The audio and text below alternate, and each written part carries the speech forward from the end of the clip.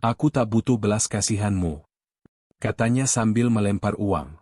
9 bulan kemudian, dialah yang terjebak badai dan memohon pertolongan pada pria yang sama. Sebelum lanjut, jangan lupa subscribe, like, dan absen, hadir, di komennya. Yuk, kita mulai. Langit tidak sekadar menangis, ia meraung. Hujan di Jakarta sore itu turun seperti batang-batang tombak perak, menghunjam aspal tanpa ampun. Bagi sebagian orang, itu adalah melodi yang menenangkan di balik jendela kafe yang hangat. Bagi Deka, itu adalah bencana. Angin merobek terpal biru yang menjadi atap sekaligus dinding gubuk tambal bannya.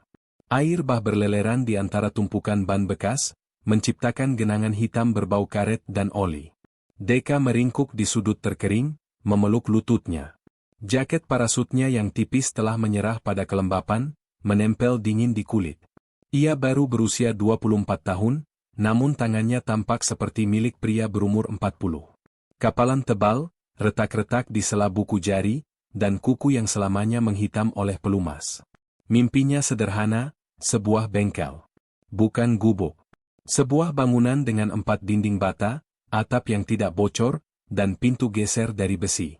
Sebuah tempat di mana ia bisa memperbaiki mesin, bukan sekadar menambal luka kecil pada karet.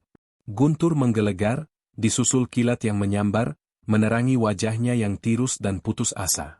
Gubuk itu tak bisa lagi menaunginya. Air sudah setinggi mata kakinya. Ia harus bergerak. Dengan gigi bergemeletuk, Deka menerobos tirai hujan. Ia berlari membungkuk, menyusuri trotoar yang sudah menjadi sungai kecil. Tujuannya hanya satu, tempat berteduh yang lebih layak. Di ujung jalan, sebuah monumen menantang badai. Gedung Nusantara Otomotif. Menara kaca dan baja itu menjulang angkuh, lampunya benderang seperti bintang buatan manusia. Ironis. Sebuah istana yang dibangun dari benda-benda yang Deka perbaiki setiap hari untuk menyambung hidup. Deka berlari ke lobi utamanya.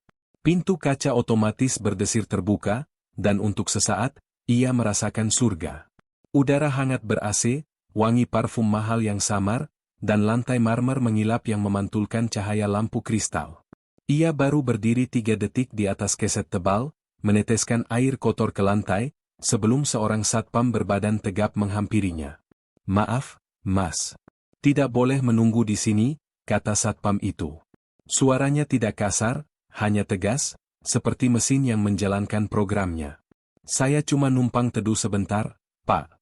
Di luar badai, Deka memelas. "Ini lobi kantor. Tamu harus punya janji. Silakan tunggu di luar." Deka diantar kembali ke pintu otomatis, yang berdesir terbuka dan mengembalikannya ke dalam amukan badai. Penghinaan itu terasa lebih dingin dari air hujan. Ia akhirnya menemukan tempat. Bukan di lobi, tapi di pos parkir semi terbuka, dekat palang pintu keluar.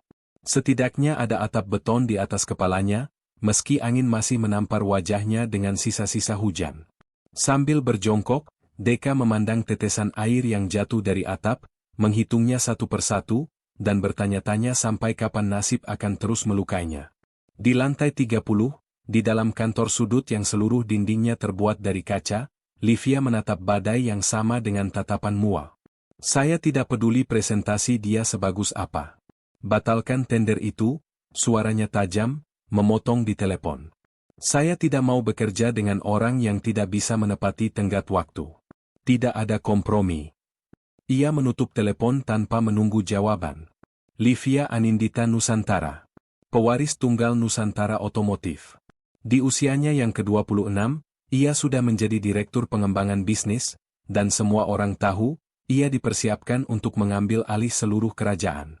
Ia cantik dengan cara yang dingin, rambut hitam legamnya disanggul ketat, dan setelan kerjanya yang berwarna abu-abu arang berharga lebih mahal dari penghasilan Deka selama setahun. Baginya, dunia adalah mesin presisi. Ketepatan waktu adalah segalanya. Kesalahan adalah kelemahan. Dan kelemahan adalah kegagalan. Ia melirik jam tangan berlian di pergelangan kirinya. Pukul 16.30, rapat pemegang saham akan dimulai pukul 17 di hotel seberang. Ia benci terlambat. "Rina," panggilnya lewat interkom. "Siapkan mobil di lobi. Sekarang." Ia menyambar tas tangannya dan berjalan cepat. Langkah stilettonya berketak-ketuk di lantai marmer, sebuah ritme yang menuntut kepatuhan dari siapapun yang mendengarnya. Saat ia tiba di lobi, pemandangan yang sama menyambutnya, hujan deras. Seorang doorman membukakan pintu dan memayunginya menuju sedan hitam mewah yang sudah menunggu. Pak Rahmat, sopir pribadinya yang sudah bekerja belasan tahun, membukakan pintu belakang. Tapi Livia tidak langsung masuk. Ia melihat sesuatu yang janggal. Sesuatu yang merusak presisi harinya. Pak Rahmat, desisnya, nadanya berbahaya. Kenapa mobil ini miring? Pak Rahmat menelan ludah. Wajahnya pucat. Itu, Non, saya baru mau lapor. Sepertinya ban belakang kiri kempes, Non. Tadi waktu saya ambil di basement masih baik-baik saja. Mata Livia menyipit. Kempes? Di sini? Sekarang? Mungkin kenapa ku tadi di jalan putar, Non. Kamu tidak periksa tadi pagi? Livia memotong, suaranya sedingin es. Saya periksa, Non. Sungguh. Ini pasti baru saja. Jangan beri saya alasan, bentak Livia. Frustrasi membuat wajahnya memerah. Rapat penting. Reputasinya sebagai wanita yang selalu tepat waktu. Dan sekarang, ia terjebak oleh sebongkah karet kempis. Lalu solusinya apa? Kamu mau ganti ban di tengah badai begini? Kita akan terlambat. Pak Rahmat tergagap, panik. Ia tahu betapa nona mudanya membenci penundaan. Ia mengambil ponselnya, saya panggil layanan darurat bengkel rekanan, Non, tapi mungkin 1 jam lagi, potong Livia. Ia menendang ban mobilnya dengan ujung sepatunya yang runcing. Tidak berguna. Dari pos parkir, Deka menyaksikan drama itu. Ia melihat wanita muda yang berpakaian mahal itu marah-marah. Ia melihat sopir yang kebingungan. Dan yang terpenting, ia melihat ban belakang sedan mewah itu yang kempes total, velgnya nyaris menyentuh aspal basah. Hatinya tergerak. Bukan karena kasihan. Itu adalah naluri seorang mekanik. Ada masalah yang ia tahu persis cara menyelesaikannya. Ia ragu sejenak. Ia baru saja diusir dari lobi. Tapi sopir itu tampak sangat tertekan. Dan, mungkin saja ini kesempatan. Kesempatan mendapat upah yang layak untuk makan malam hangat. Deka menarik napas, mengabaikan rasa dingin dan basah di sekujur tubuhnya. Ia berlari kecil melintasi genangan air, menghampiri mereka. Permisi, Pak, Mbak. Livia menoleh, dan tatapannya seperti cambuk. Ia memindai Deka dari atas ke bawah. Baju kumal, rambut lepek, sandal jepit yang berlumpur. Gelandengan. Pengemis. Begitu pikir otaknya. Ia membuang muka dengan jijik. Tapi Pak Rahmat melihat Deka dengan secercah harapan. Ya, Mas? Bannya bocor, ya? Saya bisa bantu gantikan. Saya tukang tambal ban, kata Deka cepat, menunjuk gubuknya yang nyaris tak terlihat di kejauhan. Livia mendengus. Tukang tambal ban? Pak Rahmat, kita tidak punya waktu untuk main-main. Telepon bengkelnya. Tapi, Non, ini bisa cepat, bujuk Pak Rahmat, lebih ditujukan pada Livia. Ia menoleh ke Deka, Masnya punya peralatannya? Saya tidak bawa, Pak. Tapi di mobil semahal ini, pasti ada dongkrak dan kunci roda di bagasi, jawab Deka sopan, mengabaikan tatapan menghina Livia. Pak Rahmat seperti disadarkan. Oh, benar. Tentu saja ada. Ia bergegas membuka bagasi. Pak Rahmat. Livia membentak. 15 menit, Non. Saya jamin, kata Deka, menatap langsung ke mata Livia. Ada sesuatu dalam tatapan Deka, kejujuran yang tenang, yang membuat Livia terdiam, meski hanya sesaat. Ia melipat tangan di dada. 10 menit. Kalau lebih, saya tinggalkan kamu di sini. Itu adalah sebuah persetujuan. Deka tidak membuang waktu. Pak Rahmat, tolong payungi bagasinya saja, biar peralatannya tidak basah. Saya tidak perlu. Tapi, Mas, nanti sakit. Saya sudah basah, Pak. Deka bekerja dengan kecepatan dan efisiensi yang mengejutkan. Ia tidak peduli lagi pada hujan yang mengguyurnya. Tangannya bergerak seperti mesin yang terkalibrasi. Ia memasang dongkrak di titik yang tepat, memutar kunci roda dengan kekuatan yang terukur.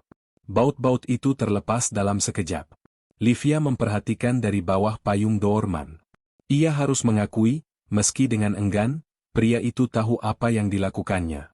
Tangannya yang kapalan itu bergerak lincah. Tidak ada gerakan yang sia-sia. Ia menaikkan mobil, melepas ban yang kempes, memasang ban serep, dan mengencangkan kembali baut-bautnya dengan pola bintang untuk memastikan rodanya terpasang sempurna. Tepat 9 menit kemudian, Deka berdiri.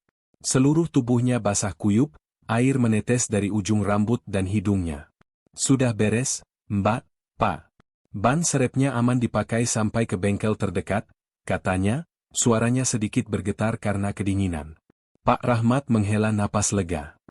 Terima kasih banyak, Mas. Mas menyelamatkan saya. Ini. Ia merogoh sakunya. Tapi Livia lebih cepat. Ia melangkah maju.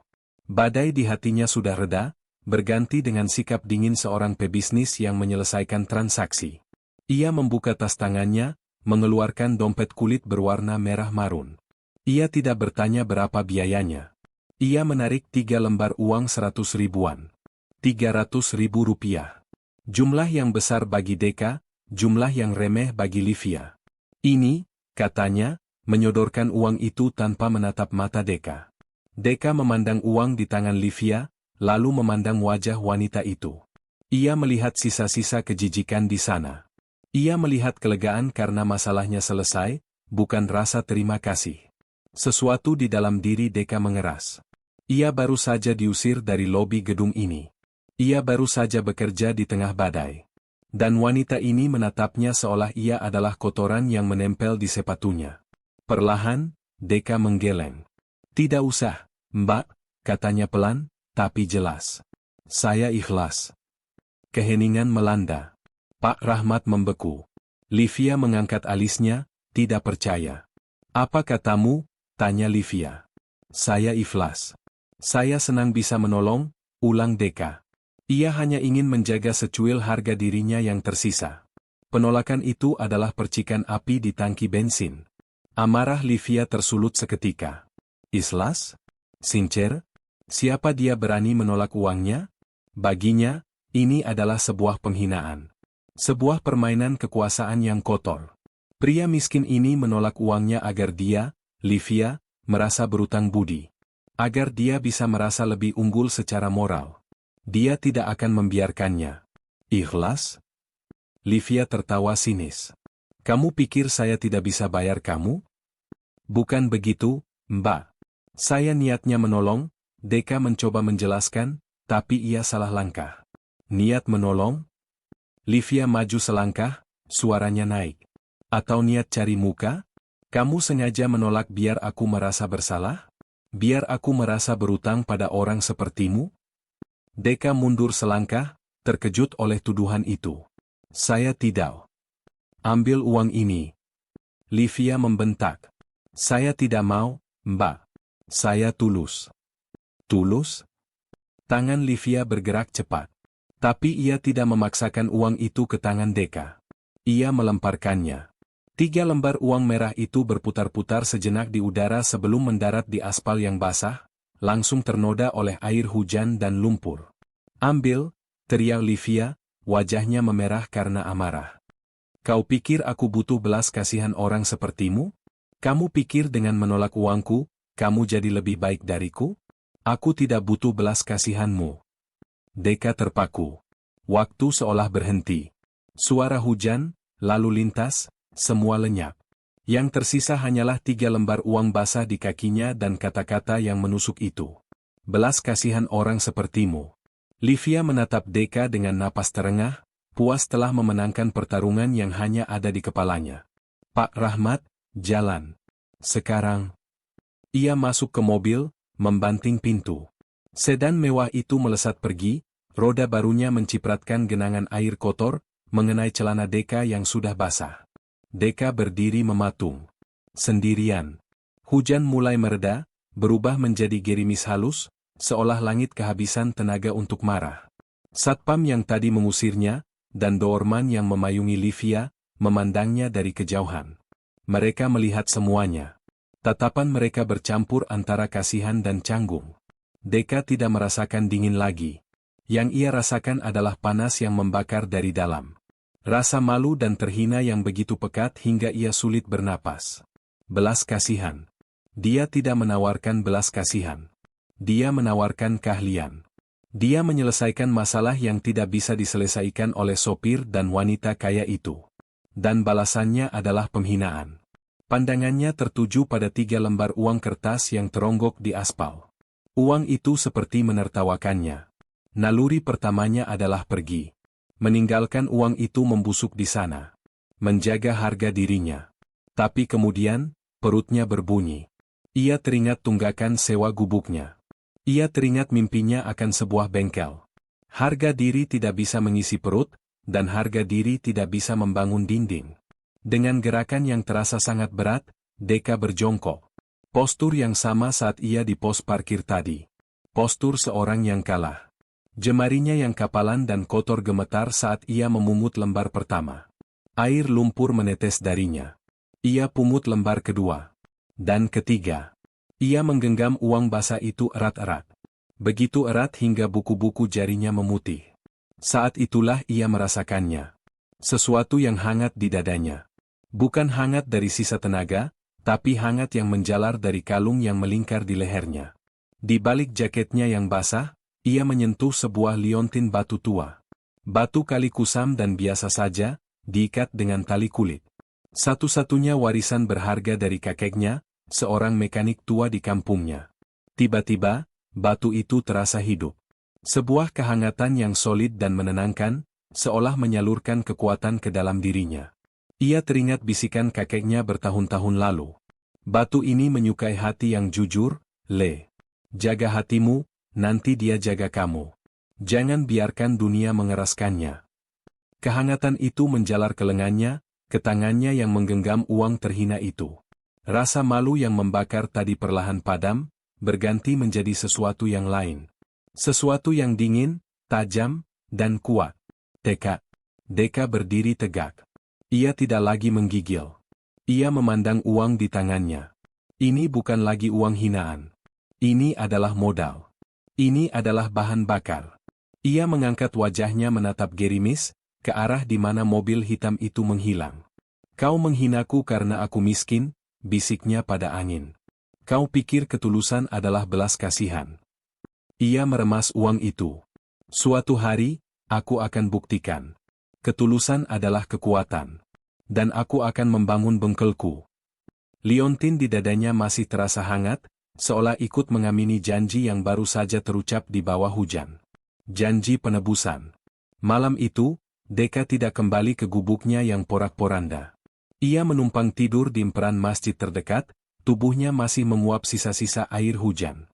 Ia tidak bisa tidur. Bukan karena dinginnya ubin, tapi karena genggaman tangannya yang tak mau ia buka. Di bawah cahaya lampu jalan yang redup, ia membuka telapak tangannya. 3 lembar uang 100.000 itu kini kotor dan lecet.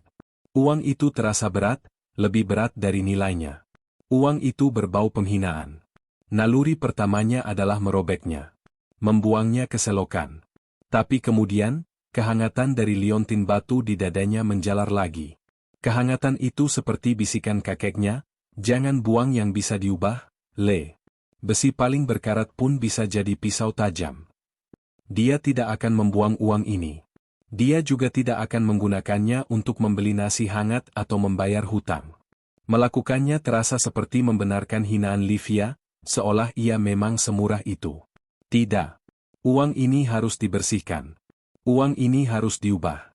Dari simbol penghinaan menjadi fondasi kehormatan. Selama seminggu penuh, Deka bekerja serabutan, kuli angkut di pasar, membantu tukang bangunan, hanya untuk makan. Uang 300.000 itu, ditambah seluruh tabungannya yang ia kumpulkan kain demi kain, ia simpan di dalam plastik yang terikat erat. Pada hari ke-8, ia menemukannya. Sebuah ruko kecil di gang sempit di belakang pasar, jauh dari jalan raya utama. Tempat itu bekas warung soto yang bangkrut. Baunya asam, lantainya berminyak, dan pintu rolling door-nya macet karena karat. Sebulan 500.000, Mas. Bayar di muka, kata pemiliknya, seorang pria tua yang skeptis. Deka mengeluarkan simpanannya. Uang 300.000 yang lecek itu ada di tumpukan paling atas. Saya ambil 2 bulan, Pak. Saat Deka menyerahkan uang itu, ia merasa beban berat terangkat dari pundaknya. Uang itu telah berpindah tangan. Proses pembersihannya telah dimulai. Minggu pertama ia habiskan hanya untuk membersihkan.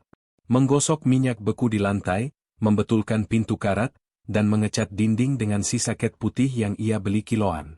Di dinding depan, dengan kuas pinjaman, ia menulis 2 kata dengan cat biru. Harapan baru. Itu bukan sekadar nama.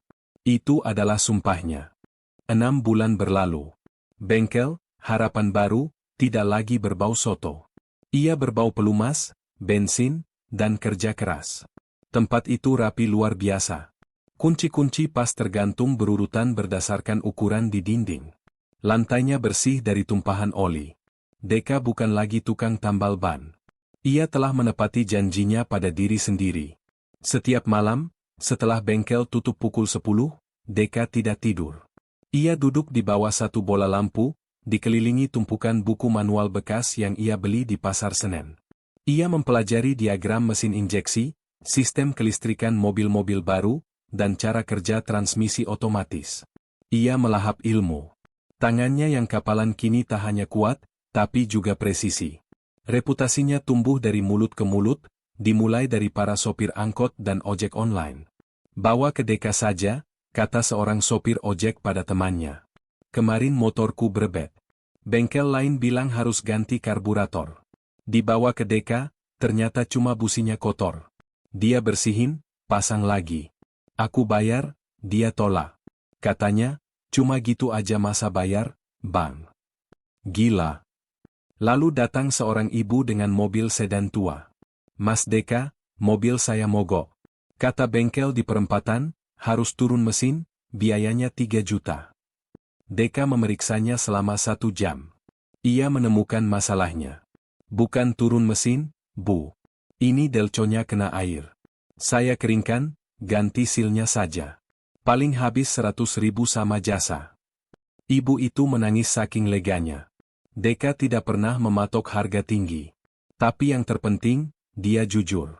Di dunia di mana bengkel sering diasosiasikan dengan penipuan, di mana pelanggan yang tidak tahu apa-apa diperas, kejujuran Deka bersinar seperti lampu neon.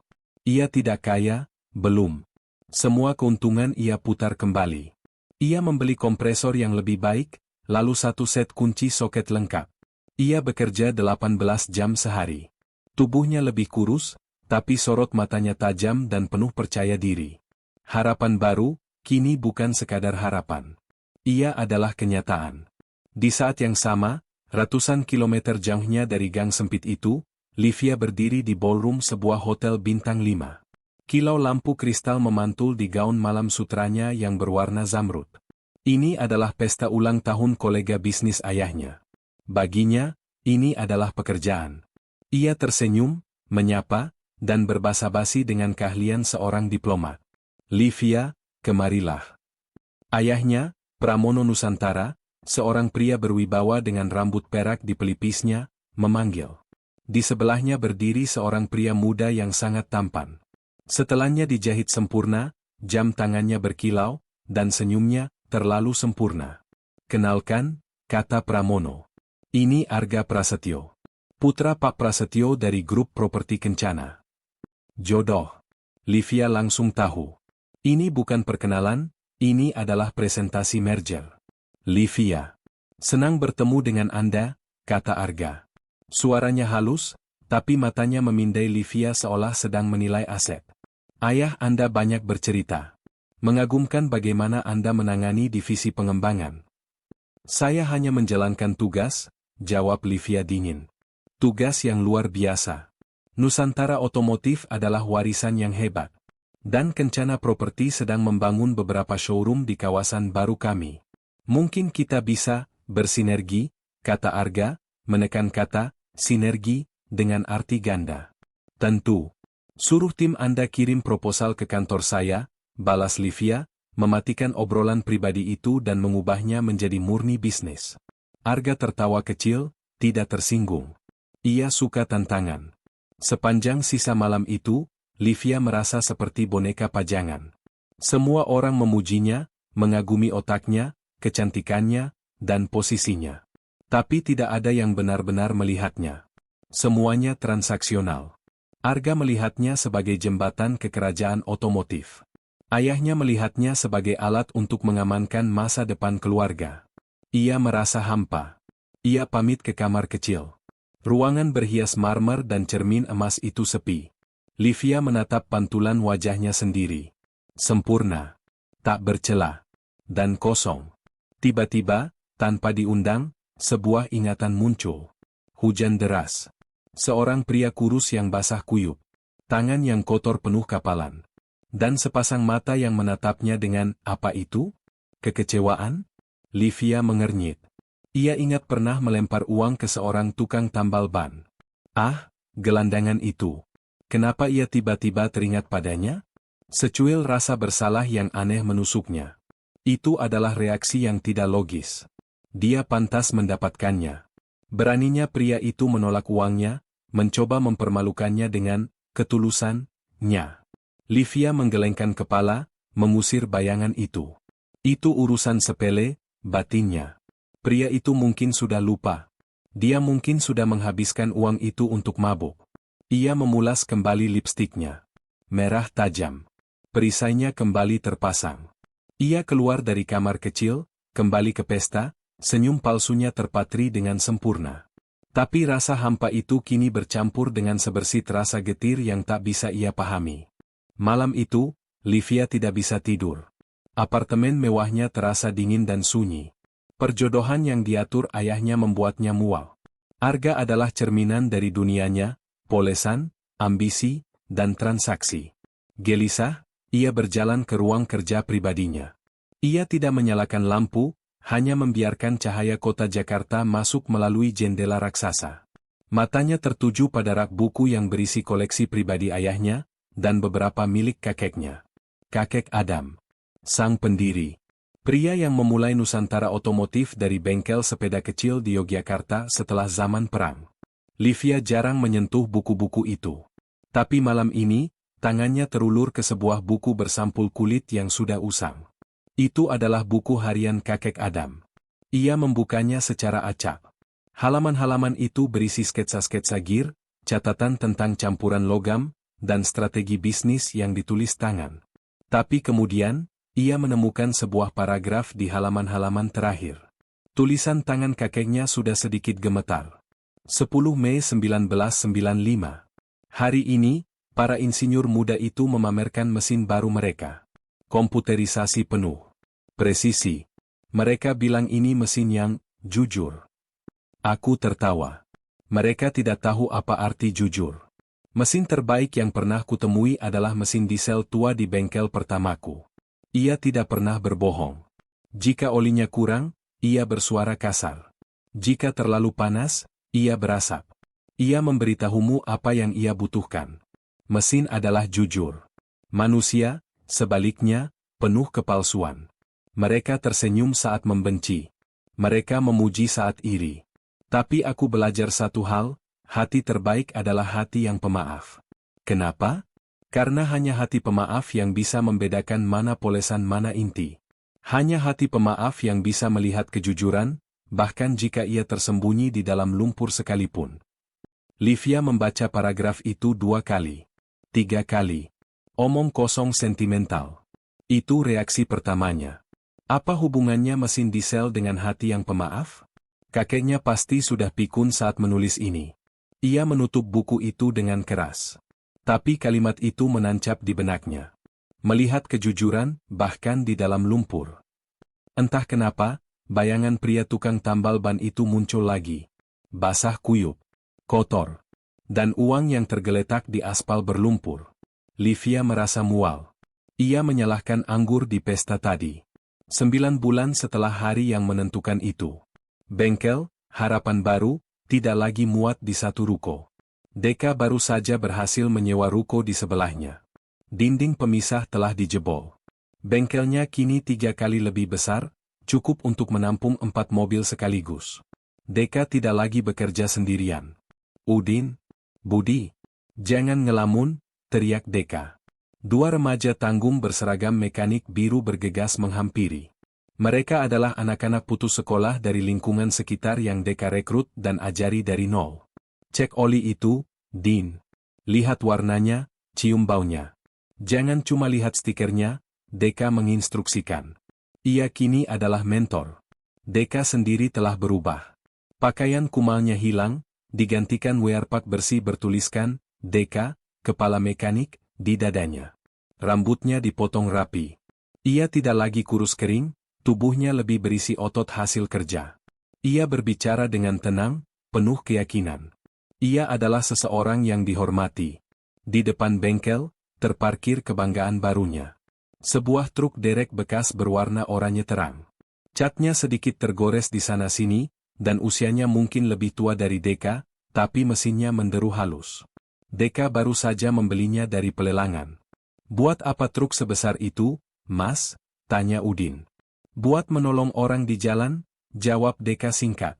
Bengkel kita tidak hanya menunggu bola. Kita jemput bola. Saat itu, sebuah sedan metalik yang lumayan baru berhenti di depan bengkel. Seorang wanita perlente turun, tampak ragu melihat lokasi bengkel yang ada di dalam gang. Permisi, sapa wanita itu. Apa benar ini bengkel, mekanik jujur? Nama julukan itu sudah menyebar lebih jauh dari nama, Harapan Baru. Deka membersihkan tangannya dengan lap. Benar, Bu. Saya Deka. Ada yang bisa dibantu? Saya direkomendasikan oleh teman saya.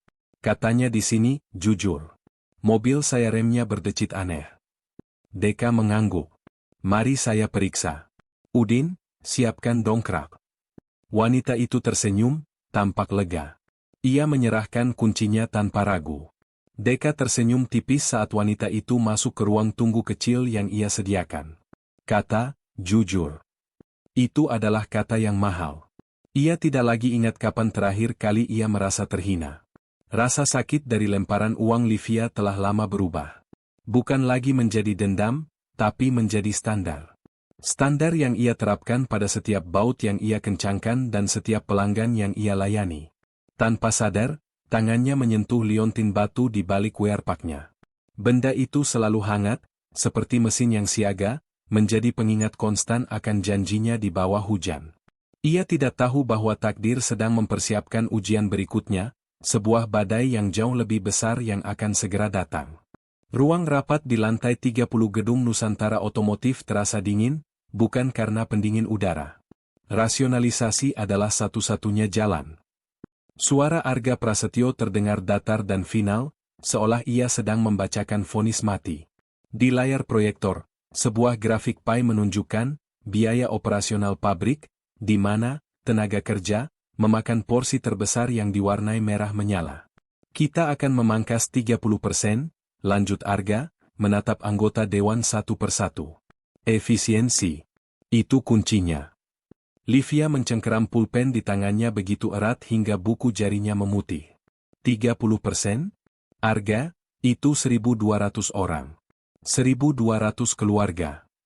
Arga tersenyum tipis, senyum yang tidak mencapai matanya. Livia, ini bisnis, bukan panti sosial. Mesin-mesin baru yang kita impor bisa menggantikan mereka dengan biaya jangka panjang yang jauh lebih murah. Pabrik itu dibangun oleh mereka, balas Livia, suaranya mulai meninggi. Kakek saya membangun perusahaan ini bersama mereka. Kita tidak bisa membuang mereka begitu saja.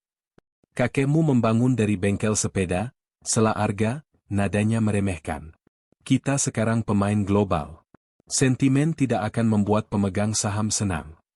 Livia menoleh ke ayahnya, mencari dukungan. Ayah? Pramono Nusantara berdeham. Ia menghindari tatapan putrinya.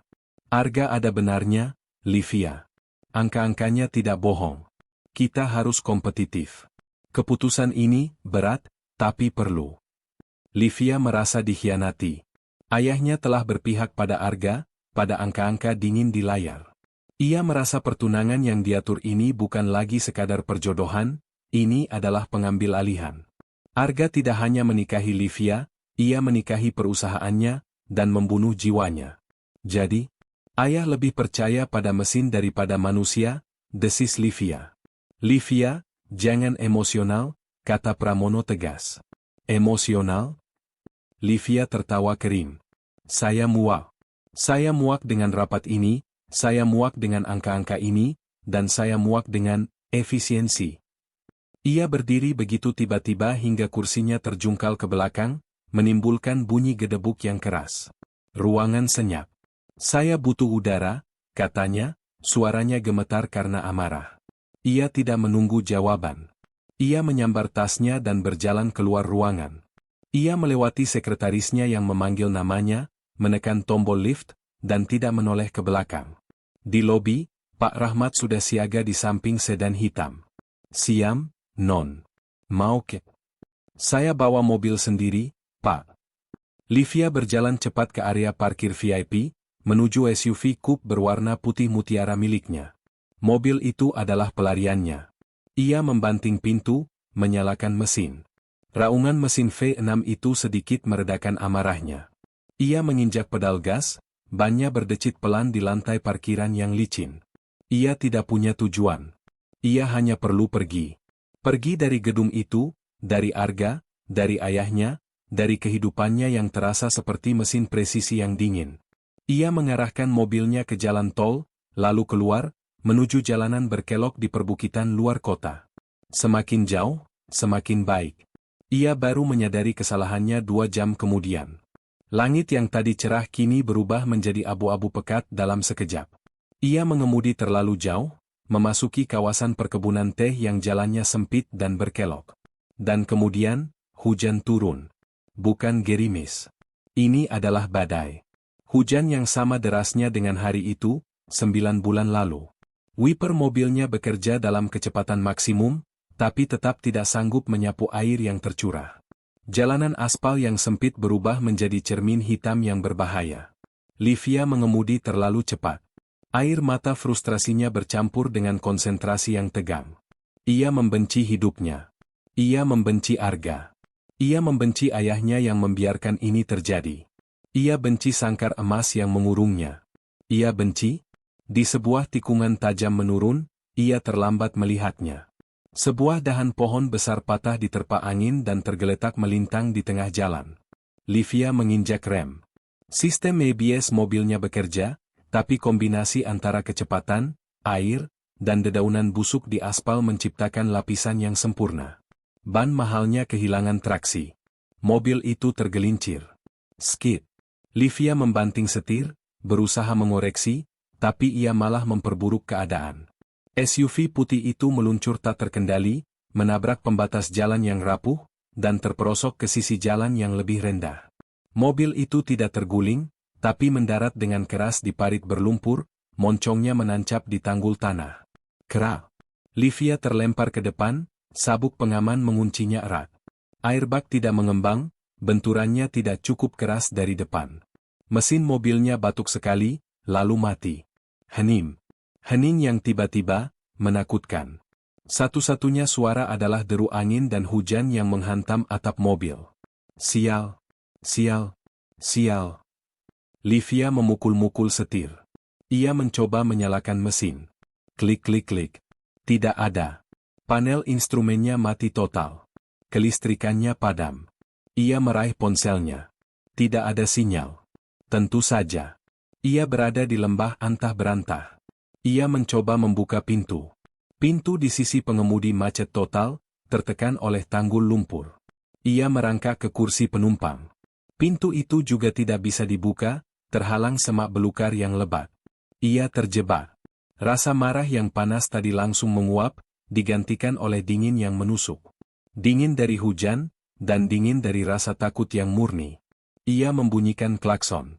Tidak ada suara. Tolong, teriaknya. Suaranya langsung ditelan oleh badai. Tolong. Tidak ada yang mendengar.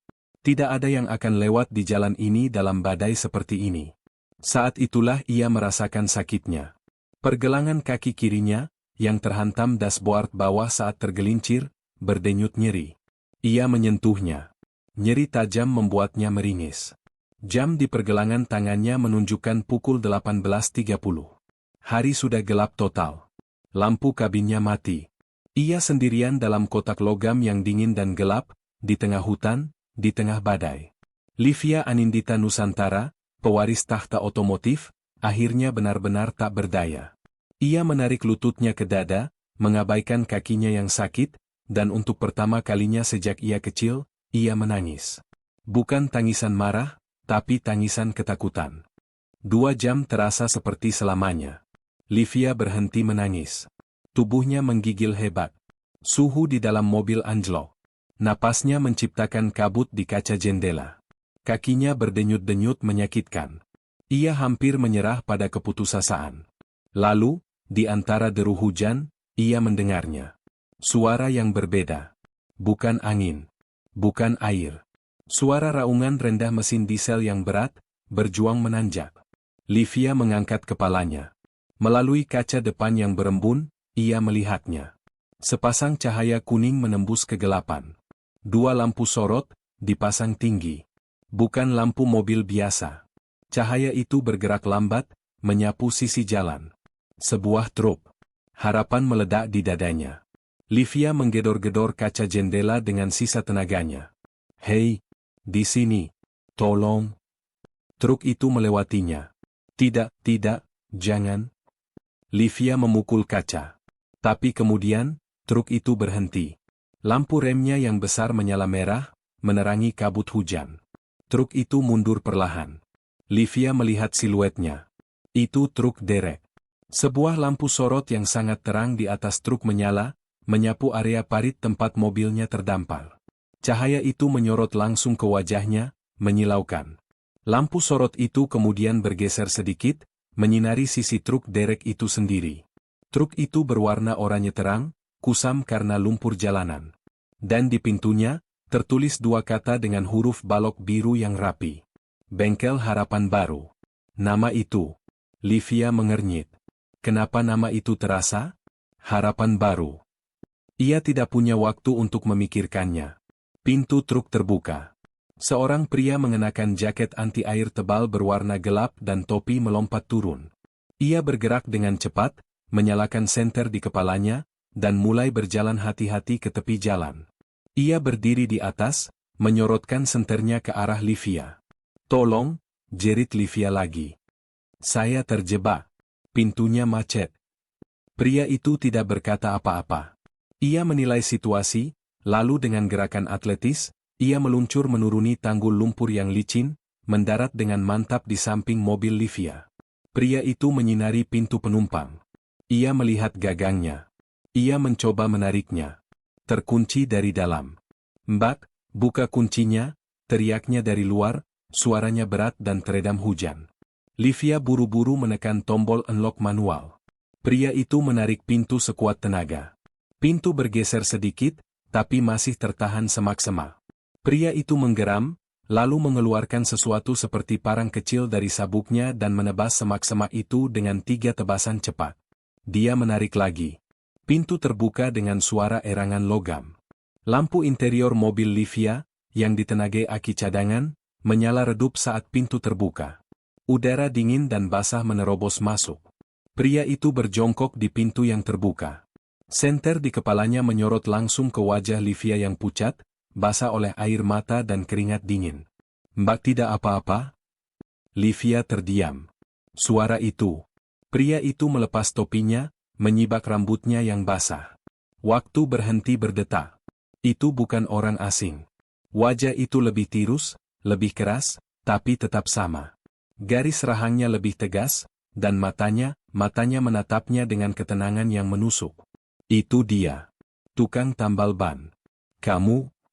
Adalah satu-satunya kata yang bisa keluar dari bibir Livia yang gemetar. Deka juga membeku sesaat. Di depannya, di dalam bangkai SUV mewah, adalah wanita yang telah membakar harga dirinya 9 bulan lalu.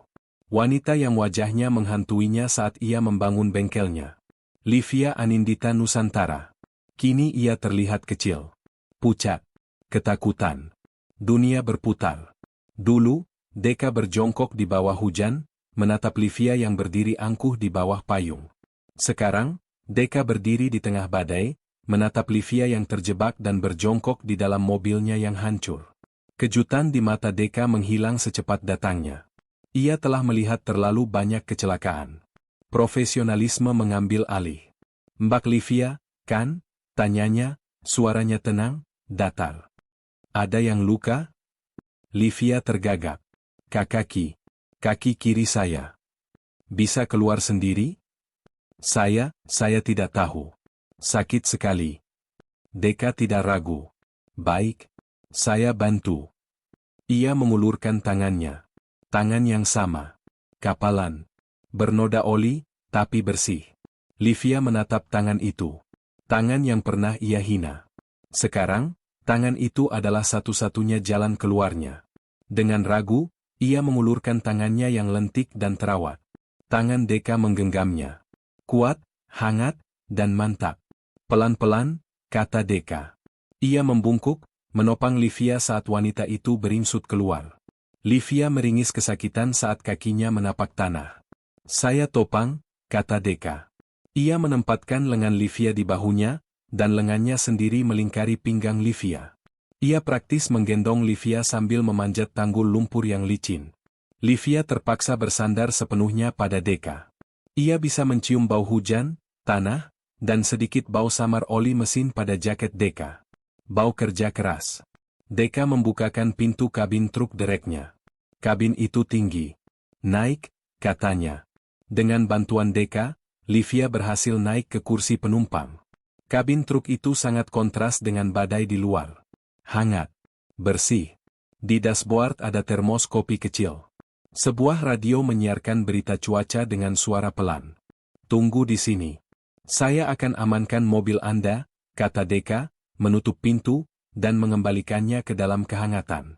Livia duduk di sana, gemetaran, terbungkus dalam kebingungan dan rasa malu yang luar biasa. Ia menyaksikan pria itu, di tengah badai, bekerja dengan efisiensi yang sama seperti saat ia mengganti ban. Memasang kabel derek, mengoperasikan tuas-tuas di sisi truk, dan dengan perlahan namun pasti, menarik SUV-nya keluar dari parit. Pria yang ia lempar dengan uang. Pria yang ia tuduh mencari belas kasihan. Kini menjadi penyelamatnya. Perjalanan kembali berlangsung dalam keheningan yang menyesakkan. Livia tidak tahu harus berkata apa. "Terima kasih," terasa sangat dangkal. "Maaf," terasa terlalu besar untuk diucapkan. Deka fokus mengemudi. Truk besarnya bermanuver di jalan licin dengan keahlian yang mantap. Mereka tidak kembali ke kota. Sekitar 20 menit kemudian, Deka berbelok dari jalan utama, memasuki sebuah area yang terang benderang. Livia melihat plang nama yang besar, Bengkel Harapan Baru. Ini bukan gubuk reot. Ini adalah sebuah fasilitas. Besar, bersih, dengan beberapa bay perbaikan. Jauh lebih besar dari bengkel rekanan manapun yang pernah Livia kunjungi. Deka memarkir truknya di halaman. Hujan sudah sedikit reda. "Kita sudah sampai," katanya. Ia turun dan berjalan memutar untuk membukakan pintu Livia. "Bengkel saya. Ayo kita obati kaki Anda." Dia membantu Livia turun, sekali lagi Livia harus bersandar padanya, dan membawanya masuk ke sebuah ruangan kecil yang rapi di sebelah kantor. Ruang tunggu. Ada sofa, dispenser air, dan beberapa majalah otomotif. "Duduk," perintah Deka. Livia duduk di sofa, merasa sangat tidak pada tempatnya dengan pakaian desainer yang kini basah dan berlumpur. "Udin." Deka memanggil ke arah bengkel. Seorang remaja laki-laki berseragam biru berlari keluar. "Ambil kotak P3K di kantor. Dan buatkan teh hangat 2. "Siap, Mas." Remaja itu berlari pergi. Deka berlutut di depan Livia. Pemandangan itu begitu familiar, namun sangat berbeda. Dulu ia berjongkok untuk memungut uang. Sekarang ia berlutut untuk menolong. "Boleh saya lihat sepatunya?" "Harus dibuka," kata Deka. Livia mengangguk kaku. Dengan hati-hati, Deka melepas sepatu kets Livia yang mahal. Tangannya yang kapalan itu, tangan yang Livia ingat betul, menyentuh pergelangan kakinya yang bengkak dengan kelembutan seorang profesional. Sepertinya hanya terkilir. Tidak ada tulang yang bergeser, gumamnya, lebih pada dirinya sendiri. Udin datang membawa kotak P3K dan Budi, mekanik lainnya, membawa 2 cangkir teh mengepul. Deka mengambil perban elastis dan mulai membebat kaki Livia dengan cekatan. Perhatian ini, ketenangan ini, profesionalisme ini, semuanya terlalu berat bagi Livia. Kenapa? Bisik Livia akhirnya, suaranya pecah. Deka tidak mendongak, masih fokus pada perbannya. Kenapa apanya? Kenapa kamu menolong saya? Deka selesai membebat. Ia mengamankan perbannya. Sudah. Jangan banyak digerakkan dulu. Ia berdiri. Kamu tahu siapa saya? Desak Livia, matanya mulai panas. Kamu ingat saya? Deka menatapnya. Tatapan yang sama seperti 9 bulan lalu di depan gedung Nusantara. Tenang, lurus, dan tak terbaca. Saya ingat, katanya pelan. Lalu, setelah apa yang saya lakukan? Kenapa? Livia meraba-raba tasnya yang basah. Naluri lamanya mengambil alih. Ini adalah transaksi. Dia berutang. Dia harus membayar. Ia menarik dompet merah marunnya, dompet yang sama. Tangannya gemetar saat membukanya. Saya akan bayar, katanya cepat. Biaya derek. Biaya, pertolongan, semuanya. Sebut saja harganya. Saya akan bayar lunas. Itu adalah deja vu yang sempurna. Deka memandangi dompet di tangan Livia. Lalu ia memandangi wajah Livia. Dan untuk pertama kalinya, Deka tersenyum. Senyum tipis. Bukan senyum kemenangan. Bukan senyum sinis. Itu adalah senyum seseorang yang telah menyelesaikan perjalanan panjang. Dengan lembut, Deka menggelengkan kepalanya. Mbak Livia, katanya, suaranya memenuhi ruang tunggu yang senyap. Dulu, Deka memulai, kau menghinaku di bawah hujan karena aku miskin. Kau melempar uang karena aku menolak bayaranmu. Livia membeku. Setiap kata terasa seperti tamparan. Sekarang, lanjut Deka, aku menolongmu di bawah hujan. Tapi aku menolongmu bukan karena kau kaya. Ia berhenti sejenak, membiarkan kata-katanya meresap. Livia menahan napas. Dan aku menolak bayaranmu, kata Deka, menatap lurus ke mata Livia, bukan untuk menghinamu balik. Aku menolak, karena aku sudah belajar memaafkan. Pernyataan itu mendarat di ruangan. Memaafkan. Bukan balas dendam. Bukan untuk pamer kesuksesan. Bukan, lihat aku sekarang. Itu adalah pembebasan total. Livia menatap Deka. Pria di depannya bukan lagi tukang tambal ban yang ia hina. Ia adalah seorang pria utuh, yang telah menemukan kedamaian yang tidak pernah Livia miliki, bahkan dengan semua uang dan kekuasaannya. Kebaikan yang tak bersyarat itu, ketulusan yang pernah ia cemooh, kini menamparnya lebih keras daripada penghinaan apapun. Untuk pertama kalinya, Livia melihat Deka, dan melihat dirinya sendiri, dengan jelas. Di luar, badai telah berhenti. Kata-kata Deka, karena aku sudah belajar memaafkan, terngiang di ruang tunggu yang senyap. Kata-kata itu lebih kuat dari badai di luar, meruntuhkan sisa-sisa pertahanan diri Livia. Memaafkan. Sebuah konsep yang terasa asing di dunianya yang transaksional, di mana setiap kesalahan adalah utang yang harus dibayar. Deka memecah keheningan. Habiskan tehnya selagi hangat, Mbak. Badai sepertinya tidak akan reda malam ini. Livia menatapnya, bingung. Lalu, mobil saya? Mobil Mbak butuh derek berat, bukan truk saya. Besok pagi saya panggilkan dari kota, Deka menjelaskan dengan tenang. Malam ini, Mbak lebih baik istirahat. Jangan paksakan kakinya. Istirahat? Di sini? Livia melihat sekeliling. Ini bengkel, bukan hotel. Ada kamar kecil di atas kantor. Dulu kamar saya, sekarang jadi gudang buku. Tidak mewah, Deka berhenti sejenak, tapi kering dan aman. Livia tidak punya pilihan. Sopirnya tidak mungkin menjangkaunya di sini. Ponselnya mati. Dia terdampar. Baik, bisiknya, merasa kalah. Deka membantunya menaiki tangga besi yang sempit. Kakinya yang terkilir berdenyut nyeri. Ruangan di atas persis seperti yang Deka gambarkan, Spartan. Hanya ada kasur lantai tipis, lemari kayu kecil, dan rak-rak yang penuh dengan buku-buku manual mesin yang tebal. Ruangan itu berbau kertas tua dan minyak pelumas. Saya tidur di sofa kantor di bawah. Kalau perlu apa-apa, panggil saja Udin atau Budi di ruang mekanik, kata Deka. Dia meletakkan sebotol air mineral di meja kecil. Selamat istirahat. Dia menutup pintu, meninggalkan Livia sendirian dalam keheningan yang canggung. Livia duduk di tepi kasur. Tempat ini sangat jauh berbeda dari apartemen mewahnya yang menghadap langit Jakarta. Tapi entah kenapa, udara di sini terasa lebih jujur. Dia tidak bisa tidur. Rasa sakit di kakinya, dan rasa sakit yang lebih dalam di harga dirinya, membuatnya terjaga. Dari jendela kecil, dia bisa melihat ke bawah, ke lantai bengkel utama. Lampu di sana masih menyala. Dia melihat Deka tidak tidur. Pria itu sedang berkumpul dengan dua mekanik mudanya, Udin dan Budi. Mereka tidak sedang bekerja, mereka sedang belajar. Deka berdiri di depan papan tulis putih, menjelaskan diagram mesin yang rumit. Bukan, Din, suara Deka terdengar sabar. Lihat. Injektor ini menyemprot bensin berdasarkan data dari sensor ini. Kalau kamu salah pasang sensornya, bensinnya boros. Bukan mesinnya yang rusak, tapi logikanya yang salah. Paham? Udin menggaruk kepalanya, lalu mengangguk pelan. Oh, jadi harus presisi ya, Mas? Selalu, jawab Deka. Mesin tidak pernah bohong. Mekaniknya lah yang harus jujur membacanya. Livia membeku. Kalimat itu. Kalimat kakeknya. Mesin adalah jujur. Saat mereka sedang belajar, telepon bengkel berdering nyaring. Sudah lewat tengah malam. Deka mengangkatnya.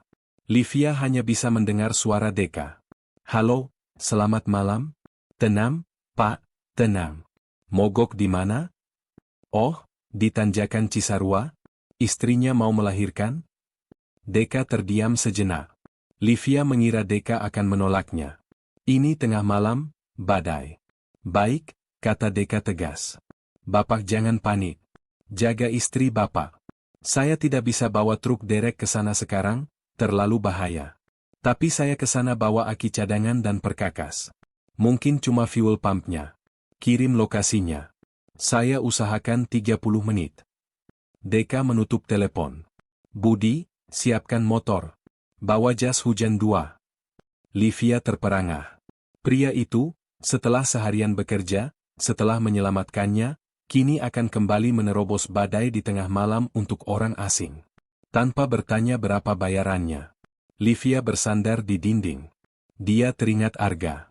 Arga akan menyebut tindakan Deka sebagai tidak efisien, buang-buang sumber daya, dan tidak menguntungkan.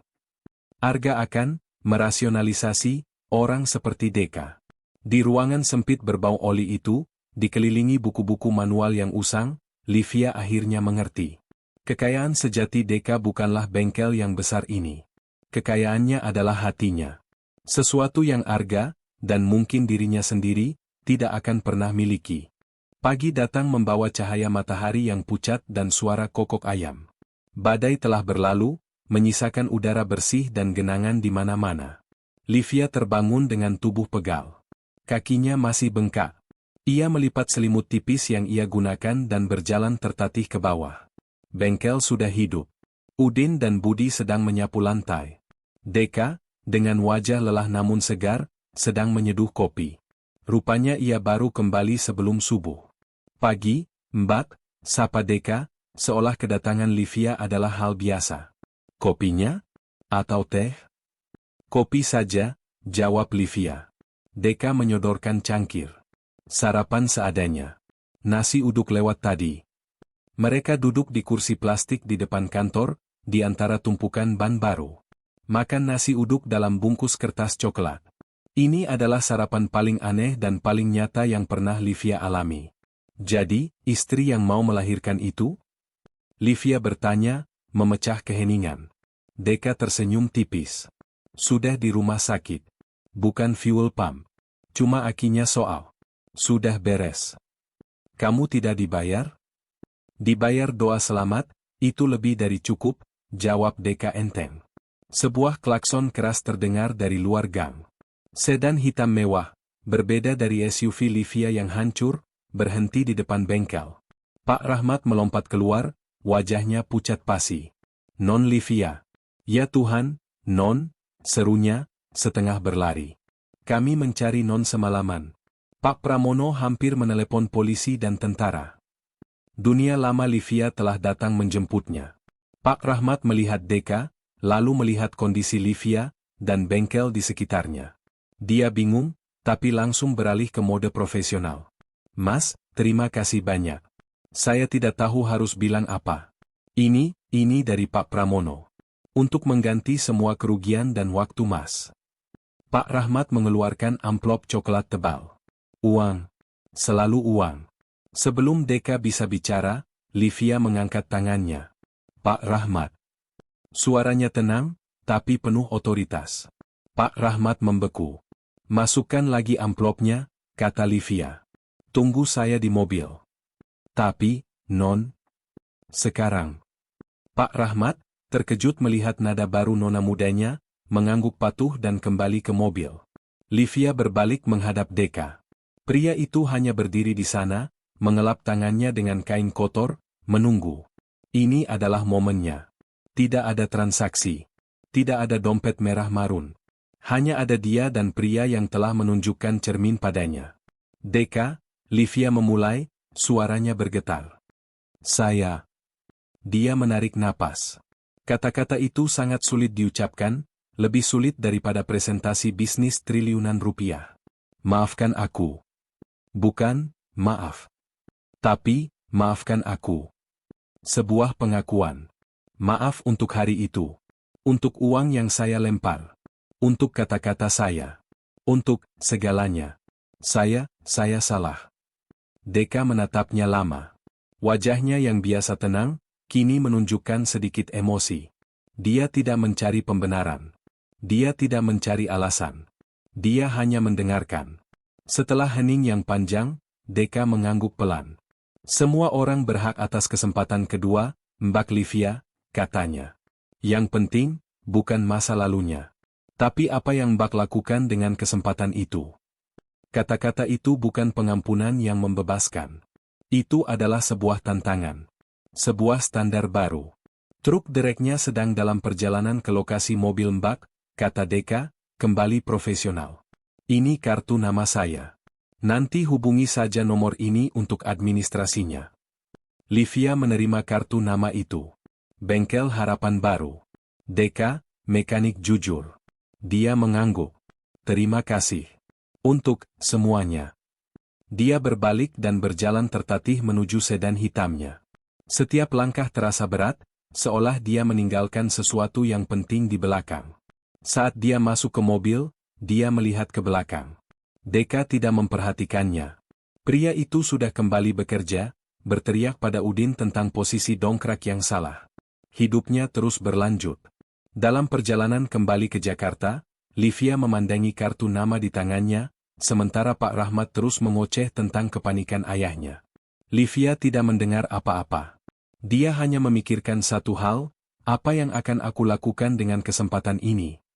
Kembalinya Livia ke gedung Nusantara Otomotif disambut dengan kelegaan, drama, dan kemarahan yang tertahan. Kamu dari mana saja? Bentak ayahnya, Pramono, di ruang kerjanya. Kamu tahu apa yang kamu sebabkan? Arga dan investor lain panik. Arga berdiri di sudut, setelannya sempurna seperti biasa. Livia, syukurlah kamu kembali. Kita semua khawatir. Livia menatap Arga. Dulu, dia melihat pria ini sebagai rekan sepadan yang dingin. Sekarang, setelah bertemu Deka, dia hanya melihat kepalsuan. Saya baik-baik saja, kata Livia datar. Dan rapat yang saya tinggalkan kemarin, kita lanjutkan sekarang. Livia, kakimu. Pramono mencoba. Kaki saya tidak ada hubungannya dengan otak saya, ayah. Kita lanjutkan. Mereka kembali ke ruang rapat. Suasananya lebih tegang dari kemarin. Arga kembali ke presentasinya, menampilkan slide, rasionalisasi tenaga kerja. Jadi, seperti yang sudah disetujui, PHK 1.200 orang akan kita mulai bertahap. Tidak.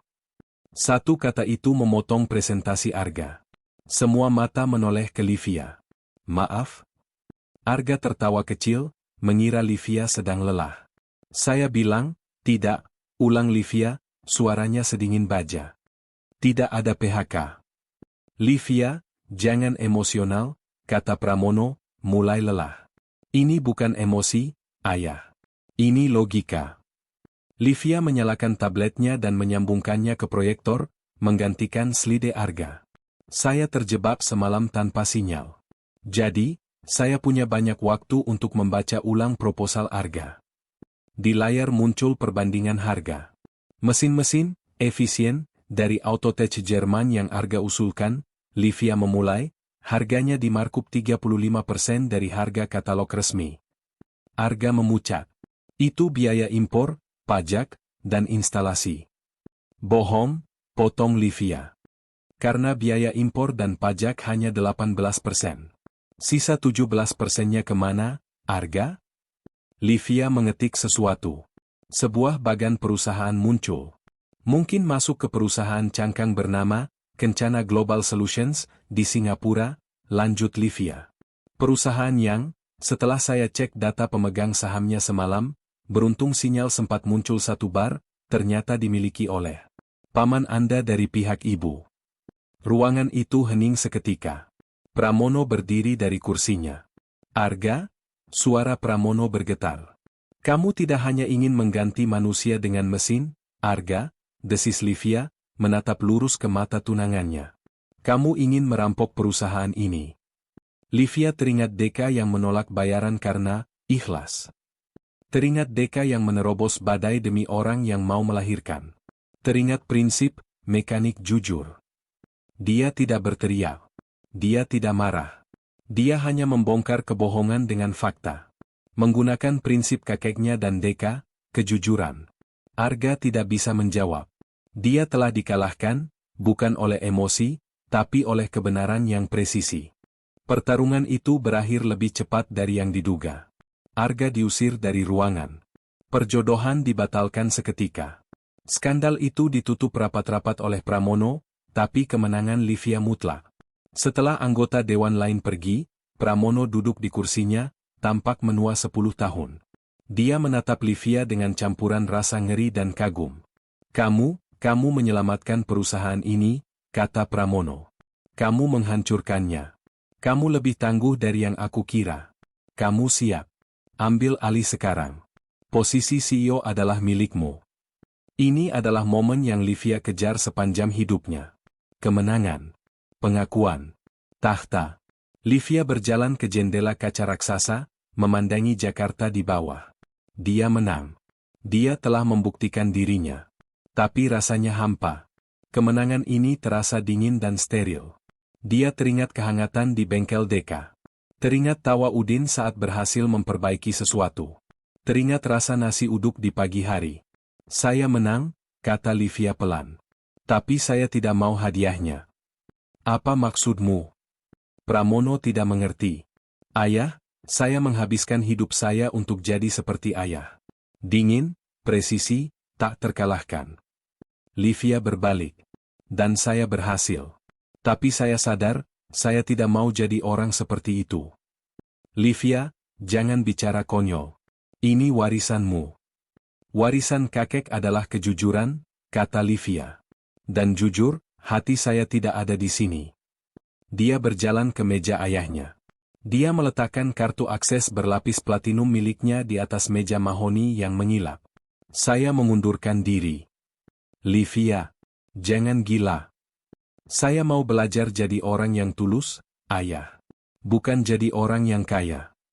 Dia berjalan keluar dari ruangan itu. Melintasi lobi marmer yang sama di mana Deka dulu diusir. Doorman membukakan pintu untuknya dengan hormat. Livia tersenyum padanya, senyum tulus pertama kalinya. Doorman itu terkejut. 1 jam kemudian, sebuah taksi biasa berhenti di mulut gang sempit di belakang pasar. Livia melangkah keluar. Kali ini dia tidak memakai setelan. Dia memakai jeans dan kaos putih sederhana. Kakinya sudah lebih baik. Bengkel, Harapan Baru, sedang sibuk. Deka, berlumuran oli hitam, sedang berada di bawah mobil. Livia berdiri di pintu, menunggu. Bau oli dan besi panas terasa anehnya menenangkan. Udin yang pertama kali melihatnya. Mas Deka, itu? Mbak yang mobilnya rusak. Deka menggeser papan rodanya, keluar dari kolong mobil. Dia menyipitkan mata, mengangkat kacamata pelindungnya. Wajahnya kotor oleh jelaga. Dia melihat Livia berdiri di sana, bersih, sangat tidak pada tempatnya. Mbak Livia, sapa Deka, nadanya waspada. Ada masalah? Mobilnya sudah beres dijemput, kan? Livia menggeleng. Jantungnya berdebar lebih kencang daripada saat melawan Arga. Saya sudah tidak bekerja di perusahaan saya lagi. Deka hanya mengangkat alis. Menunggu. Mobil saya sudah tidak ada. Pekerjaan saya sudah tidak ada. Livia menarik napas. Saya ingin belajar. Belajar? Deka berdiri, mengelap tangannya. Ya. Livia menatap lurus ke mata Deka. Saya mau belajar. Tentang mesin yang tidak pernah bohong. Tentang cara kerja yang jujur. Belajar, jadi orang yang tulus. Dia berhenti sejenak, menelan harga dirinya. Bolehkah aku belajar di sini? Setahun kemudian. Plang nama, Bengkel Harapan Baru, terlihat lebih kokoh. Di bawahnya, ada spanduk baru yang sedikit pudar, program pelatihan mekanik Harapan Baru, gratis untuk yang mau belajar jujur. Bengkel itu kini menempati 3 ruko. Jauh lebih ramai. Ada 8B perbaikan dan belasan anak muda berseragam biru sibuk bekerja. Di ruang kantor yang dulu berantakan, kini tertata rapi. Livia, dengan rambut dikuncir kuda dan kemeja flanel yang lengannya digulung, sedang mengetik cepat di laptop. Jarinya tidak lagi memakai cincin berlian, tapi ada noda oli tipis di buku jarinya. Udin, teriak Livia, suaranya tidak lagi tajam, tapi tegas dan ceria. Stok kampas rem depan untuk tipe sedan sudah menipis. Segera pesan sebelum akhir bulan. Siap, Mbak Bos, sahut Udin dari seberang bengkel, yang kini telah menjadi kepala mekanik junior. Livia tersenyum. Dia tidak lagi mengelola anggaran triliunan. Dia mengelola stok suku cadang, gaji karyawan, dan pembukuan program sosial mereka. Dan dia tidak pernah merasa sehampa dulu. Dia sibuk. Dia dibutuhkan. Dia bahagia. Deka masuk dari ruang mesin, menyeka keringat di wajahnya. Dia menghampiri meja Livia. Anak-anak baru sudah bisa ganti oli sendiri, lapor Deka, senyum bangga tersungging di wajahnya. Itu karena presentasi PowerPoint saya soal prosedur standar kemarin, kan? Goda Livia. Deka tertawa. Mungkin. Tapi lebih karena kamu mengancam akan memotong uang jajan mereka kalau olinya tumpah. Mereka tertawa bersama. Di luar, langit sore yang tadinya cerah, perlahan berubah mendung. Gerimis halus mulai turun. Deka berjalan ke pintu bengkel yang terbuka, menatap tetesan air. Livia menyusulnya, membawakan 2 cangkir teh hangat. Mereka berdiri berdampingan, memandangi aspal gang yang basah. Hujan lagi, kata Livia pelan. Ya, hujan selalu mengingatkan kita, jawab Deka. Livia bersandar di bahu Deka. Ayahku menelepon kemarin. Dia akhirnya mau jadi donatur tetap untuk program pelatihan kita. Katanya, ini investasi terbaik yang pernah dia lakukan. Bagus, kata Deka. Dia bertanya apakah aku bahagia, hidup sederhana begini. Lalu kamu jawab apa? Aku bilang, aku tidak hidup sederhana, jawab Livia. Aku hidup jujur. Dan itu jauh lebih mewah. Deka tersenyum. Tanpa sadar, tangannya menyentuh liontin batu di balik kaos kerjanya. Benda itu terasa hangat seperti biasa. Livia memperhatikan gerakan itu. Dia mengulurkan tangannya, bukan untuk menyentuh liontin itu, tapi untuk menggenggam tangan Deka. Tangan yang kapalan, bernoda oli, dan paling kuat yang pernah ia kenal. Janji penghinaan di bawah hujan badai telah lunas dibayar oleh pengampunan. Kini, di bawah gerimis yang menenangkan, janji baru telah lahir. Janji yang tidak perlu diucapkan, karena telah tertulis di hati mereka yang tulus. Dan begitulah akhir kisah Deka dan Livia. Gimana menurut kalian, apakah akhir cerita ini sudah pas? Pertanyaan besarnya, kalau kamu jadi Deka, apakah kamu akan memaafkan dan menolong Livia? Atau kamu akan meninggalkannya di tengah badai sebagai balasan? Jujur, tulis pendapatmu di kolom komentar.